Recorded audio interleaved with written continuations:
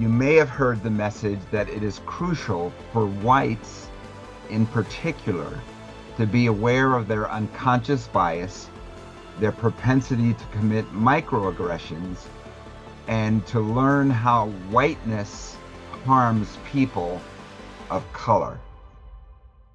Now, there is probably no one in the audience today that hasn't heard the phrase cultural competence. We are told repeatedly by the American Psychological Association and other professional organizations that we must learn to be culturally competent in order to be effective psychologists, therapists, or counselors in the 21st century. This slide shows you the frequency of the phrase cultural competence whenever you do a PsycInfo or Psych Articles database search across 10 years between 2015 and 2024. Now, the bottom line in dark blue represents the appearance of the phrase cultural competence in the actual titles of publications in these databases, while the top line, and this is the line in orange, represents the number of times this phrase cultural competence has appeared in subject identifier lists for the publication. The subject identifier list basically tells the reader the topics that are addressed in the publication, even if the word itself does not appear in the title. So you see when you look at these two lines that starting at around 2020, we see an explosive growth of the appearance of the phrase cultural competence in the subject identifier lists of a variety of publications. So the overall impression that we just want you to get from this particular chart is that the phrase cultural competence is a very frequent topic, particularly in psychology publications. Now, in this slide, what we want to do is we want to isolate and make explicit the various messages that you are no doubt exposed to from your professional organizations and from scholars as it relates to this notion of cultural competence. So these are the messages that no doubt many of you have been exposed to. You may have been told or you may have read that the failure to develop cultural competence constitutes unethical practice. You may have heard the message that developing cultural competence is indispensable for eradicating racial or ethnic disparities in mental health outcomes. You may have heard the message that it is crucial for whites in particular to be aware of their unconscious bias, their propensity to commit microaggressions, and to learn how whiteness harms people of color. And then finally, you will be exposed to the either explicit or implicit message that only a special group of scholars can properly educate the field in cultural competence. Now, I and many others have argued that the cultural competence construct has many, many serious problems. Therefore, we must critique this concept from a minimum of 3 vantage points or perspectives.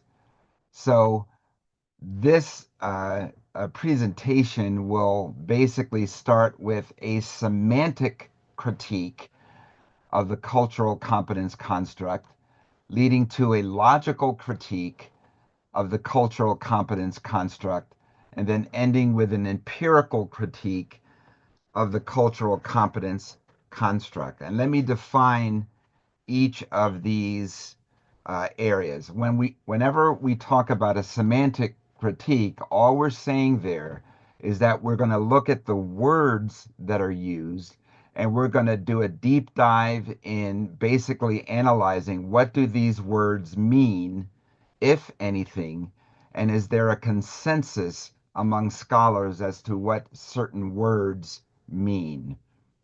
When we talk about a logical critique, basically we are talking about does whatever is being said about cultural competence, does it make any sense? Does it sound logical? And then finally, in the empirical critique, we want to answer the question, is there any solid data or empirical evidence to back up various claims that are made by the cultural competence movement? So we want to start with a semantic critique. What do words or terms mean, if anything? And is there a consensus about what words mean? So let's start with the second word in that phrase, and that is the word competence. We want to basically understand what competence means. And the message here in this workshop is that this is the easiest word to define, as its meaning is relatively straightforward. Basically, whenever we talk about competence, we talk about skills or abilities that a person has developed. We're talking about the degree to which a person is effective in his or her transactions with their environment. And then we're talking about how successfully a person performs. So that's what we mean whenever we talk about the word competence. And again, this meaning is relatively straightforward. But in psychology, in particularly research psychology, whenever we talk about concepts such as a skill, ability, or performance, these constructs require the following conditions in order to have objective measurement. We have to be able to measure something in order to have confidence that whatever is being measured is a real entity. For example, how would you know that Bill is a competent baseball player as opposed to being an incompetent baseball player unless you have outcomes that can be both observed and measured? So these are the criteria that is needed in science in order to be able to measure competence in anything. Basically, the construct to be measured must be observable, spoken, written, or behavioral units. The measured behaviors must be intentional and not merely involuntary reflexes. The construct to be measured must be so that different observers must all agree that the behavior actually occurred. Also, observable units can be classified as excellent, good, fair, or poor. So not only do we need to have behaviors that are observable by a wide variety of people, but we must be able to evaluate those behaviors as ranging from being excellent to being poor. There must be also high agreement among different observers about the quality of the behavior that is being measured, and the judged behaviors must are demonstrated under fixed conditions for all. In other words, you can have different conditions for different people that you're trying to observe the behavior from. Otherwise, you don't have consistency of interpretation. The behaviors must be consistent across time in order to infer mastery of any given behavior, and the behaviors must be correlated with other similar behaviors in order to infer a generalized ability.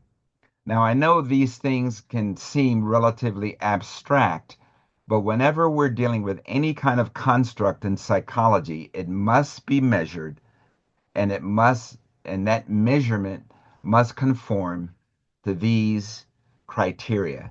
So My bottom message from these slides is that the word competence is relatively easy to define and to be able to evaluate as long as these conditions are met. However, we run into problems when we look at that first word, culture, or the word cultural.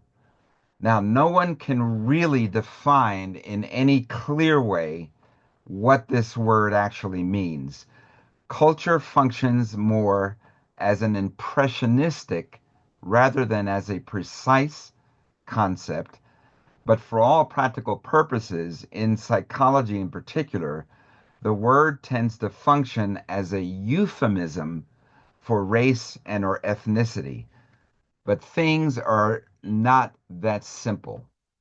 If you look at the latest publications that attempt to define the word culture or cultural, you will find that there currently exists over 300 different definitions for culture in the social and behavioral sciences.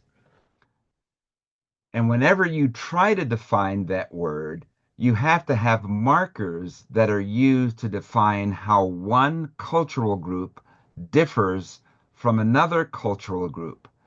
And we need to ask the question, are cultural groups mutually exclusive, or can groups overlap in traits that supposedly belong to a particular cultural group? Now, there's a lot that could be said on this particular point, but because we only have 20 minutes or so, I'm just going to skip over an extended discussion of these questions and just cut to the chase and give you ideas that basically conform to what I believe is the issue here with our difficulty in trying to define the word culture.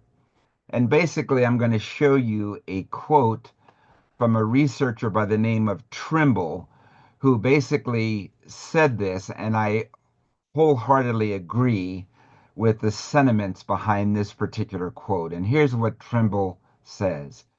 He says, although people may be able to achieve a modicum of consensus on what culture is in general, the agreement seems to fall apart when scholars attempt to break down its meaning into some reasonably well-defined components. The culture construct often is used too casually for descriptions of the human condition. Culture is a summary label, a catchword for all limits of behavioral differences between groups, but within itself, it has virtually no explanatory value. So this is basically an indictment on this notion that there is consensus as to what culture is, what cultural differences are, and what they mean.